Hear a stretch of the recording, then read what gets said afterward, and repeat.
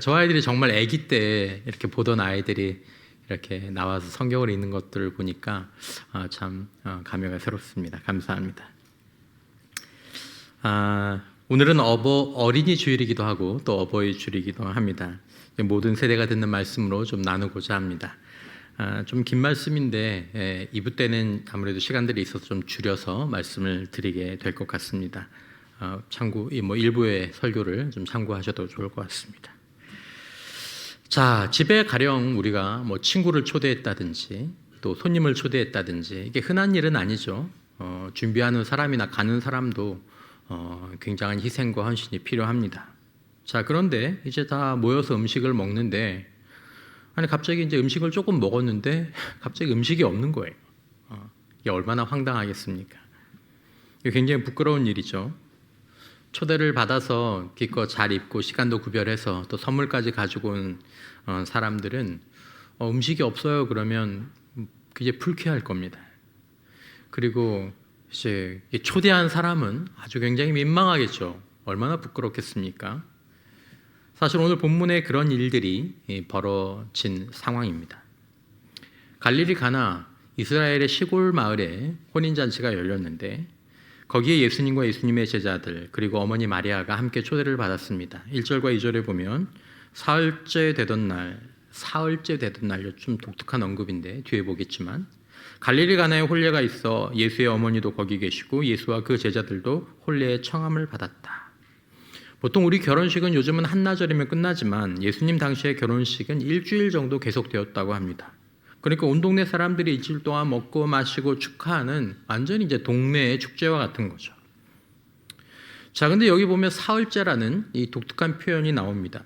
요한복음 1장에서 쭉 보면 이 요한복음에 의도적으로 이튿날, 또 사흘째 이런 기록이 있는 것들, 날짜에 대한 카운팅이 되는 걸 보게 됩니다. 다 합치면 이 가나의 기적은 사흘째, 요한복음이 시작되고 이렇게 쭉 따져오면 7번째 날 일어난 기적입니다. 7번째 날. 성경에서 7번째 날은 하나님이 세상을 창조하시고 안식한 날이십니다. 그러니까 하나님의 창조를 누리는 날이고 체험하는 날입니다. 그러니까 이 요한복음은 이 본문을 통해서 무엇을 얘기해 주고 싶은 거냐면, 자, 하나님이 처음에 창조하셨는데 그 창조가 죄로 인해서 훼손되었습니다. 근데 이제 예수님이 오셔서 새로운 창조를 완성하신다라는 것을 이 본문 안에서 이 기적 안에서 보여주기를 원하는 것입니다.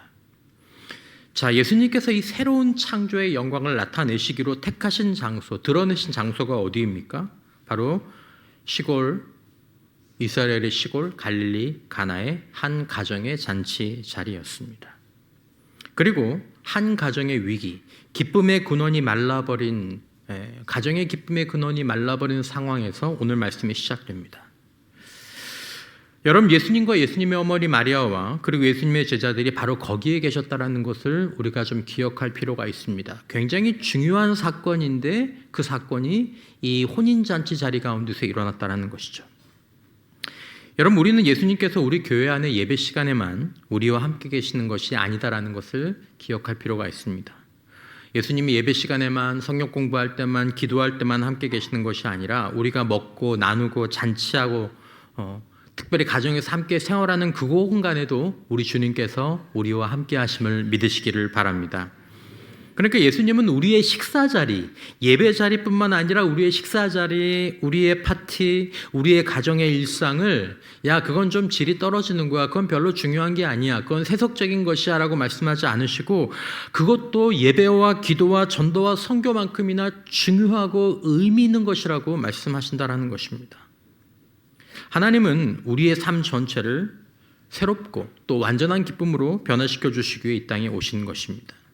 하나님은 또 예수님은 우리가 기뻐하시는 것을 기뻐하시고 우리의 삶이 행복한 것을 바라보시면서 행복해 하시는 분이다라는 것을 우리가 알 필요가 있습니다. 여러분, 또한 예수님은 우리가 예수님과 함께 있기를 바라십니다. 너희가 내 안에, 내가 너희 안에 있어야 된다. 그런데 그러시면서 동시에 우리가 다른 사람들과 함께 사랑하면서 함께 있는 것을, 함께 사랑하는 것을 우리에게 원하시고 명령하셨습니다. 예수님께서 하나님만 사랑하라고 하셨습니까? 아닙니다.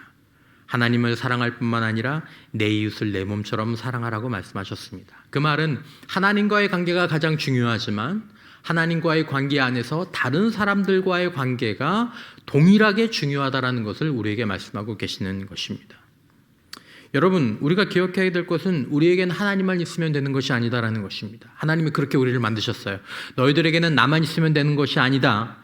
너희는 내 안에서 다른 사람들과 함께 살아가는 것도 필요하다라는 것을 말씀하신 거죠. 스티븐 사이저라는 목사님은 이런 얘기를 했습니다. 예수님은 절대로 잔치 분위기를 깨시는 분이 아니다. 예수님은 우리의 잔치에 참여하시는 분이고 우리의 잔치가 계속되길 바라시는 분이고 우리의 잔치를 회복시켜 주시는 분이다라는 것입니다. 여러분, 예수님은 사람들이 웃고 즐기는 걸 싫어하시는 분이 아닙니다.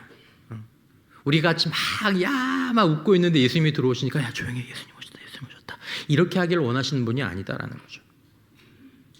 바리새인들이 예수님을 비판했던 이유 중에 하나가 무엇이었냐 하면 바리새인들이 보기에 예수님이 이런 자리를 너무 자주 가지신다라는 것입니다. 함께 먹고 함께 마시고 함께 누리시고 함께 기뻐하시는 이 공동체의 잔치 자리를 예수님이 너무 자주 가지시니까 바리새인들이 그걸 보면서 예수가 저런 걸 즐기는 사람이다, 경건하지 못한 사람이다 하고 얘기할 정도로 예수님은 기쁨의 자리, 함께 식사하는 자리, 함께 교제하는 자리에 계셨습니다. 팀 켈러 목사님도 이 말을 얘기하죠. 예수님의 첫 번째 기적은 죽은 자를 살리거나 병자를 고치시는 극적인 사역이 아니었다는 것을 주목하라. 평범한 마을의 결혼식 잔치를 위한 것이었다라고 말씀하고 있습니다. 자, 그런데 이 흥겨운 잔치 자리에 위기가 찾아옵니다. 3절이죠. 포도주가 떨어진지라. 잔치 자리에 잔치를 계속 유지시켜주는 음식이 떨어지는 것입니다. 우리로 치면 이제 결혼식을 마치고 음식을 먹으러 갔는데 음식이 떨어진 것입니다.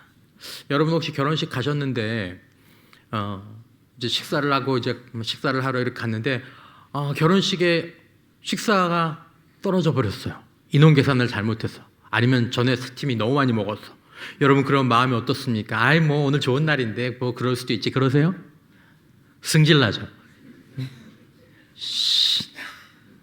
밥도 안 주고 여기서 포도주가 딱 그 역할입니다. 포도주가 딱 떨어졌다라는 말은 잔치가 끝나는 것이고 기대했던 흥이 완전히 다 깨져버린다는 것을 의미하는 것입니다. 중동 지역에서 지금도 마찬가지입니다. 이건 옛날 얘기한 지금도 중동 지역에서 가장 중요한 단어 두 가지는 하나는 수치, 또 하나는 명예입니다. 이게 사람의 목숨보다도 중요합니다. 수치에 죽음이 연결되기도 하고 명예를 위해서 죽음을 선택하기도 하는 이 강력한 이 문화적인 배경이 중동 지역에 있습니다. 그러니까 지금 가정에서 기쁨의 잔치가 더 이상 진행될 수 없는 일들이 일어난 것이죠. 여러분 오늘날 우리들의 삶 가운데에서도 혹시 가정에 기쁨의 잔치가 더 진행되지 못하는 일들이 있지는 않습니까? 사실은 없어야 되죠. 가정은 원래 하나님께서 우리에게 주실 때 잔치 공동체로 주셨습니다. 기쁨의 공동체로 주셨습니다. 그런데 우리에게는 죄로 인하여서, 우리의 연약함으로 인해서 이것들이 끊어질 때가 있는 거죠. 겉으로 보면 멀쩡할 수 있습니다. 무너지기 전까지. 사람도 마찬가지고 가정도 마찬가지고. 무너지기 전까지 우리는 겉으로 포장할 수 있어요. 교회도 다니고 아이들도 학교에 다니고 이웃에게는 아무 일 없는 것처럼 웃으면서 인사도 할 수 있죠. 그런데 집에 들어오면 대화가 끊어지고 식탁에 둘러앉아도 식탁 위에 썰렁한 냉기만 돌고 남편과 아내 사이에 따뜻한 말도 못 나누고 그래서 핸드폰 보면서 밥 먹다가 밥 먹고 나면 별다른 인사도 없이 자기 방에 들어가 박혀버리고. 여러분 하나님께서 우리에게 잔치 공동체를 주신 가정이 우리의 연약함과 죄로 인해서 중단되거나 아니 기쁨의 자리가 로 우리에게 가정을 주셨는데 그것이 슬픔과 아픔의 장소가 되는 것을 안타깝게도 우리는 지금 그리고 종종 경험합니다. 근데 주님께서 바로 그 자리에 또 그 가정에 계셨습니다. 여러분 우리의 가정도 지금 우리에게 기쁨의 포도주가 끊어졌어도, 지금 우리의 가정이 기쁨의 자리가 아니라 슬픔의 자리 가운데 있어도 그곳에 주님께서 우리와 함께 하심을 바라보시길 축원합니다. 주님은 우리의 가정에 함께 하십니다. 지금 거기 계십니다. 여기서 제일 먼저 움직인 사람은 예수의 어머니 마리아였습니다. 마리아가 행동을 취하죠. 포도주를 만들어냅니까? 그런 건 아닙니다. 3절에 보면 예수의 어머니가 예수에게 이르되 저들에게 포도주가 없다 하니 이 말 한마디입니다. 예수님을 바라보면서 여기 포도주가 없대. 아들아, 이 집에 포도주가 떨어졌대. 세상에. 잔치도 끝나겠네 이제. 어떡하니? 어머니 그걸 왜 나한테 얘기해?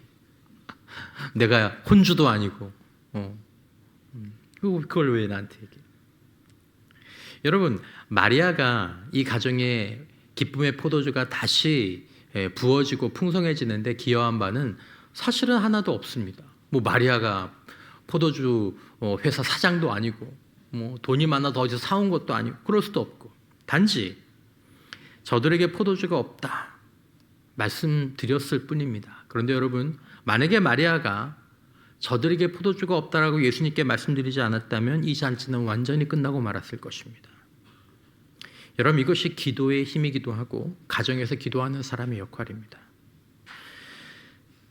가정에서 마땅히 기대되는 잔치 소리가 끊어지고 오히려 어디선가 흐느끼는 그런 소리들이 새어나오는 가정에서 누군가 주님, 우리 가정에 주님 여기에 포도주가 없습니다. 주님 포도주가 없습니다. 이 이야기를 주님께 드릴 사람이 필요한 것입니다. 나는 아무 능력이 없어요. 근데 이 주님께 드리는 이 구함과 청함이 의미가 있는 것이죠. 여기에 대해서 예수님이 대답하십니다. 4절에 예수께서 이르시되 여자여 나와 무슨 상관이 있나이까 내 때가 아직 이르지 아니하였습니다. 이 표현이 좀 어렵지만 결론으로 그냥 먼저 말씀을 드리자면, 예수님이 어머니에게 여자여라고 말씀하신 것은 부모님에 대한 모욕이 아니라 어머니를 향한 존경을 담은 표현이고, 또 여기서 이렇게 말씀하신 이유는 자신이 하나님의 아들이고 메시아로서 이 사명을 우선하시겠다라는 어떤 선언과 같은 의미인 것입니다. 어떻게 보면 간접적으로 거절한 거죠. 어머니, 아직 제가 제 영광을 드러내야 될 때가 되지는 않았습니다 라고 얘기했습니다. 이 거절인데, 그래서 예수님의 이 거절에 대해서 마리아가 어떻게 반응합니까? 아, 그래요, 알겠습니다, 이렇게 얘기하지 않죠. 아유, 내가 아들, 내가 30년 동안 네가 어떻게 했는지 알아. 네가 어떤 존재인지 알아. 그러니까 이번 한 번만 좀 해봐. 그렇게 얘기하지도 않았습니다. 오히려 시선을 돌려서 5절에 나오는 것처럼 그의 어머니가 하인들에게 이르되 너에게 무슨 말씀을 하시든지 그대로 하라 라고 이렇게 얘기합니다. 너에게 무슨 말씀을 하시든지 그대로 하라. 여러분, 마리아의 이 권면이 오늘 우리 개인의 가정의 회복을 바라며 주님 앞에 구하며 또 나오는 저와 여러분들을 향한 또 하나의 권면이 되는 줄 믿습니다. 여러분들에게 무슨 말씀을 하시든지 그대로 하십시오. 여러분들에게 무슨 말씀을 하시든지 그대로 하십시오. 주님이 거절하시는 것 같고 주님의 때가 이른 것 같지 않아도 여러분들은 주님이 무슨 말씀을 하시든지 그대로 하시기만 하면 됩니다. 여러분, 포도주가 말라 잔치와 기쁨이 끊어진 가정에도 주님은 함께 하신다라고 말씀드렸습니다. 여러분, 그 가정에서 누군가는 이것을 알아야 합니다. 마리아가 알았던 것처럼. 그래, 우리 가정에 주님이 함께 하셔. 주님은 우리의 기도를 듣고 계셔. 주님은 우리 가정에 기쁨의 포도주를 공급하는 걸 원하셔, 기뻐하셔. 누군가는 이것을 알아야 한다는 것입니다. 그게 아버지가 됐든 어머니가 됐든 자녀가 됐든 누군가는 알아야 한다는 것이죠. 우리는 이 상황을 변화시킬 수 있는 능력이 없지만 사람 마음을 어떻게 바꿉니까? 못 바꿉니다. 그러나 예수님은 하실 수 있다는 사실을 누군가는 알아야 한다는 것입니다. 그리고 예수님께 구해야죠. 예수님, 우리에게 포도주가 없습니다. 저는 공급할 방법도 모릅니다. 주님, 무슨 말씀을 하시든지 제가 그대로 하겠습니다. 이것이 기쁨의 포도주가 끊어진 우리의 삶이 새롭게 창조되고 우리가 잃어버린 안식을, 깨어진 안식을 다시 예수 안에서 회복하는 길이 된다는 것을 이 가정의 주일, 어버이와 또 어린이들이 함께 모인 이 주일 가운데 오늘 우리가 생각하기를 원하는 것입니다. 자, 그리고 어떤 일들이 펼쳐집니까? 거기에 유대인의 정결 예식을 따라 두세 통 드는 돌 항아리 6이 놓였는지라. 거기에 커다란 동물 항아리가 6개 있었습니다. 두세 통 든다라는 말은 한 항아리당 한 60리터, 80리터 정도 들어가는. 근데 여러분, 이 항아리들은 원래 유대인들이 종교적인 정결의식을 위해서, 그러니까 음식을 먹기 전이나 뭘 하기 전에 손을 깨끗하게 씻거나 아니면 그릇을 깨끗하게 씻을 물을 담아두기 위해서 마련된 항아리였습니다. 어떤 사람들은 이 항아리를 규칙의 항아리라고 얘기를 하죠. 뭐 해야 된다, 뭐 하지 않으면 안 된다, 이래야 깨끗하다, 저래야 깨끗하다. 근데 예수님이 이 항아리를 쓰시죠. 뭐라고 말씀하십니까? 예수께서 그들에게 이르시되 항아리에 물을 채우려 하신즉 아귀까지, 그러니까 물 위까지, 찰랑찰랑할 때까지 채우는 거죠. 아까 말씀드린 것처럼 여기에는 뭐 거의 80리터, 많게는 120리터까지 들어간다는 그런 기록도 있는데, 어쨌든 이걸 시중에서 파는 포도주 병으로 계산을 하면 한 900병, 뭐 1.5리터로 얘기해도 뭐 한 500병, 400병 뭐 이렇게 들어가는 많은 양의 물입니다. 뭐 먹고도 남음이 있는 거죠. 여러분, 결혼식 가서 음식을 이렇게 먹으려고 하는데 음식이 다 떨어졌대요. 갑자기 야, 음식이 왜 없어? 그런데 갑자기 어디서 호텔 그 케이터링 트럭이 쫙 나타나더니 거기서 막 고급진 음식들이 막 쫙 깔리면 와, 이게 뭐야? 이렇게 하지 않겠습니까? 뭐 그런 거예요. 마트에서 파는 것들이 아니고 세상에서 제일 맛있는 것들로. 여러분, 어떤 목사님이 이걸 이렇게 표현했습니다. 예수님은 은혜를 베푸실 때 절대로 눈약통, 여러분 안약 넣어 보셨습니까? 안약 어떻게 넣으세요? 부어 넣습니까? 안 그렇잖아요. 조그만 걸로 한 방울, 두 방울, 안약통. 근데 한 안약통으로 주시는 것처럼 주지 않는다라는 것입니다. 여러분, 성경의 신약이든 구약이든 하나님께서 어떤 사람에게 또 어떤 상황 가운데에서 하나님께서 무엇인가를 공급해 주실 때는 소위 말하는 바켓으로 넘치게 주셨습니다. 항상 남았어요. 넘치게 주십니다.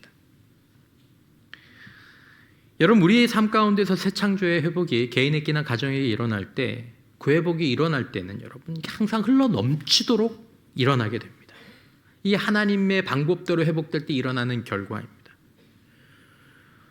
포도주가 너무너무 많이 남아서 아마 이 잔치에 초대받지 못한 이웃들까지 불러서 나눠야 했을 것입니다. 사랑하는 성도 여러분, 저와 여러분들이 지금 우리의 기쁨의 포도주가 끊어진 이 상황에서도 주님이 우리의 가정 가운데, 우리의 삶 가운데에서 역사하실 때, 그리고 그 주님의 역사하심에 우리가 순종함으로 따라갈 때 우리의 인생 가운데 기쁨의 포도주가 이렇게 부어질 줄 꼭 믿으시기를 주님의 이름으로 축원합니다. 그리고 우리의 가정 가운데 이 방법이 어떻게 이루어질 수 있는지 영적 원리를 다시 한번 붙잡기를 원하는 것입니다. 자, 계속해서 장면이 이어집니다. 8절 이하에 이제는 떠서 연회장에게 갖다 주러 하시매 갖다 주었더니, 이 연회를 이제 소위 말하는 주관하는 사람이죠. 어떻게 보면 뭐 파티 플래너라고 해야 되나? 아니면 행사 책임자라고 얘기해야 되나? 그 사람이 이제 그거 갖다 주니까 이거 포도주를 맛보고 어디서 났는지 알지 못하되 물떠온 하인들은 알더라. 연회장의 신랑을 불러 말하되 사람마다 먼저 좋은 포도주를 내고 취한 후에 낮은 것을 내거늘 그대는 지금까지 좋은 포도주를 두었도다. 아니, 보통 잔치집에서는 처음에 좋은 거 내고 사람들이 막 그거 먹고 이제 기분이 좋아지고 좀 마음이 부드러워지면 그때 이제 낮은 포도주, 질 낮은 포도주를 살짝 이렇게 끼워 넣는데, 아니 당신은 제일 좋은 걸 이제까지 가지고 있다가 이제서야 가져오냐, 이런 게 있으면 진작 좀 주지 라고 얘기하는 거죠. 여러분, 이것이 우리 예수님이 하시는 일의 방식입니다. 세상의 것들은 처음에는 좋지만 나중에 되면 시들시들해집니다. 허무해집니다. 며칠 전에 미국 템파에서 BTS 공연이 있었는데, 그 공연을 마치고 이렇게 땅바닥에 이렇게 주저앉아 있는 여학생이 모습이 이렇게 쇼츠로 나온 걸 보았습니다. 너무 허무한 거예요. 어젯밤 좀 전까지 그 공연은 너무 막 충만하고 기뻤는데 이제 끝나고 났는데 너무 허무한 거예요. 그러니까 주저앉아 있는 거죠. 그 밑에 댓글에 이렇게 달려 있더라고요. 이런 공연을 하면 공연한 가수나 참여한 관객 모두가 공연이 마치면 이런 허무함을 느끼게 됩니다. 여러분, 그러나 예수님 안에서 하나님께서 우리에게 주시는 기쁨과 행복은 갈수록 더 좋아지는 줄 믿고 경험하시기를 축원합니다. 주님이 주시는, 주님을 통해 오는 기쁨은요, 점점 깊어지고요, 주님을 통해서 주시는 은혜는요, 점점 더 풍성하고요, 주님이 우리에게 주시는 사랑은 시간이 지날수록 점점 느슨해지는 것이 아니라 점점점 더 단단해집니다. 그러므로 우리의 기쁨의 포도주를 사람이 공급하는 것이 아니라 주님의 방식대로, 주님의 원리대로 주님이 공급하셔야 한다는 것입니다. 주님은 오늘 규칙의 항아리를 가져다가 기쁨의 포도주로 바꾸셨습니다. 이것이 주님께서 우리 가정에 하기를 원하시는 일들입니다. 규칙의 항아리. 해야 한다. 이거 해, 저거 해. 당신은 이래야 돼. 당신은 저래야 돼. 그런 가정에서 함께여서 좋은, 여러분, 함께 있어서 좋은 사람들이 우리 가족들에게 먼저 되시기를 축원합니다. 함께하면 좋은 남편, 함께하면 좋은 아내, 함께하면 좋은 부모님, 함께하면 좋은 형제 자매. 가정에 이 소망이 있어야 됩니다. 본인만 몰라요, 본인만. 가정사역의 고전으로 불리는 존 샌포드 목사님의 가정회복이라는 책이 있습니다. 한 1983년쯤 나온 책인데 지금도 출간이 되는. 거기에 보면 이 돌 항아리를 언급합니다. 돌은 딱딱하죠. 성경에 보면 돌 같은 마음이라고 에스겔서에 나오는데 딱딱하고 차갑고 그 완고한 마음. 샌포드 목사님이 이렇게 얘기합니다. 가정의 회복은 겉모양을 고치는 것이 아니다. 여러분, 우리는 가정에 건강이 회복되고 물질이 회복되면 우리 가정이 행복하고 회복될 거라고 생각하죠. 하지만 가정의 회복은 그것이 아니라 구성원들의 돌 같은 마음이 살같이 부드러운 마음으로 바뀌는 것이 진정한 가정의 회복인 줄 믿습니다. 그러니까 잠언에 그 말씀이 있는 거예요. 온 집안에 제육이 가득하고도, 고기가 가득 차고도 싸우는 냉랭한, 사랑이 없는, 기쁨이 끊어진 가정이 있지만 어떤 가정은 떡 한 조각밖에 없는데도 화목한 가정이 있다. 천국 같은 가정이 있다. 기쁨의 가정이 있다. 이유는 무엇입니까? 가족 구성원들의 마음이 돌 같으냐, 아니면 부드러운 마음을 가지고 있느냐에 따라 달라지는 것입니다. 여러분, 가족 구성원들의 마음, 아니 부모인 우리들의 마음을 위해서 먼저 기도하는 저와 여러분들 되시기를 축원합니다. 하나님, 내 마음을 변화시켜 주십시오. 하나님, 우리 자녀들의 마음을 변화시켜 주십시오. 내가 받은 상처, 내가 받지 못한 사랑, 우리 부모님이 연약해서 나를 잘못 훈육한 그 훈육 방식에 갇혀서 살아갈 수도 있는 것입니다. 특별히 목사님은 가정의 쓴뿌리를 얘기할 때 자녀나 또 부모가 가진 이 비통함, 원통함, 때로는 분노, 이런 것들을 언급합니다. 이것이 해결되어야 되는데 그것이 해결되지 않으면 지금 그것이 우리 가정을 돌 같은 마음으로 만들게 되고, 여기서 끝나는 게 아니라 그것이 우리 자녀에게로, 자녀에서 또 자녀에게로 이렇게 흘러내려가게 된다는 것입니다. 그러므로 가정회복, 다시 주님 안에서 우리 가정 가운데 기쁨의 포도주가 흐르려면 주님께서 우리에게 무엇을 말씀하시든지 그것을 따라해야 하지만 특별히 주님이 우리에게 이것을 말씀하실 것입니다. 무엇입니까? 용서의 물을 돌 항아리에 가져갔다 부어라. 너희가 기쁨의 포도주를 만들 수는 없지만 용서의 물을 가져다 부을 수는 있잖아. 그걸 갖다 부어라. 기도의 물을 가져다 부을 수는 있잖아. 관심의 물을 가져다 부을 수는 있잖아. 자기 부인의 물을 가져다 부을 수는 있잖아. 주님이 부으라고 하시는 물이 있다라는 것입니다. 오늘 그 물을 발견하는 시간 되시기를 주님의 이름으로 축원합니다. 내가 이렇게 해야지, 내가 저렇게 해야지, 저 사람을 이렇게 바꿔놔야지, 쟤를 저렇게 바꿔놔야지, 그건 다 지금 뒤로 내려놓고 무슨 말씀을 하시든지 그대로 하겠습니다. 주님, 제가 뭘 할까요? 거기서부터 진짜 가정회복의 지름길이 시작되는 것입니다. 샌포드 목사님 얘기합니다. 용서는 선택이 아니라 가정의 생존을 위한 필수 요건입니다. 여러분, 가족 가운데 용서하지 못하신 분 계십니까? 아직도 부부가 용서하지 못한 분들 계십니까? 정말 살기를 원한다면 용서하시는 은혜가 주님의 말씀 안에서 우리에게 있기를 주님의 이름으로 축원합니다. 자녀들도 부모님 용서하세요. 엄마가 옛날에 그랬어, 아빠가 옛날에 그랬어, 다 잊으시기를 주님의 이름으로 축원합니다. 그런 것만 기억이 나죠. 여러분, 부모님들 자녀를 위해서 기도하시고 자신을 위해서 기도의 물을 항아리에 부어야 하는 것입니다. 여러분, 요셉이 어떻게 복을 받았습니까? 자신이 받은 상처와 억울함을 하나님을 신뢰하는 가운데 조건 없이 용서했습니다. 그러자 하나님께서 그를 잊어버리는 은혜를 허락하여 주시고 그에게 번성하게 하는 은혜를 주셨습니다. 여러분, 모든 일은, 성경에서 모든 기적은 주님에 대한 믿음 안에서 드리는 용서, 감사, 이 두 가지로 옵니다. 용서하며 해결되는 줄 믿으시기를 바랍니다. 감사하며 해결되는 줄 믿으시기를 바랍니다. 예수님은 이 잔치에 초대를 받아서 오셨습니다. 여러분, 예수님은 우리의 마음과 우리의 가정에 억지로 문을 깨부수고 오지 않으십니다. 요한계시록 3장 20절 우리가 애송하는 말씀, 볼지어다 내가 문 밖에 서서 두드리노니, 얘야, 너의 그 슬픔의 마음에 내가 들어가야 돼. 너의 그 냉정한 가정에 내가 들어가야 돼. 그럴 때 주님의 음성을 듣고 문을 열면 내가 그에게로 들어와 그와 더불어 기도하고 그와 더불어 뭐하고? 먹고 그는 나와 더불어 뭐하리라? 먹으리라. 잔치하리라. 잔치하리라.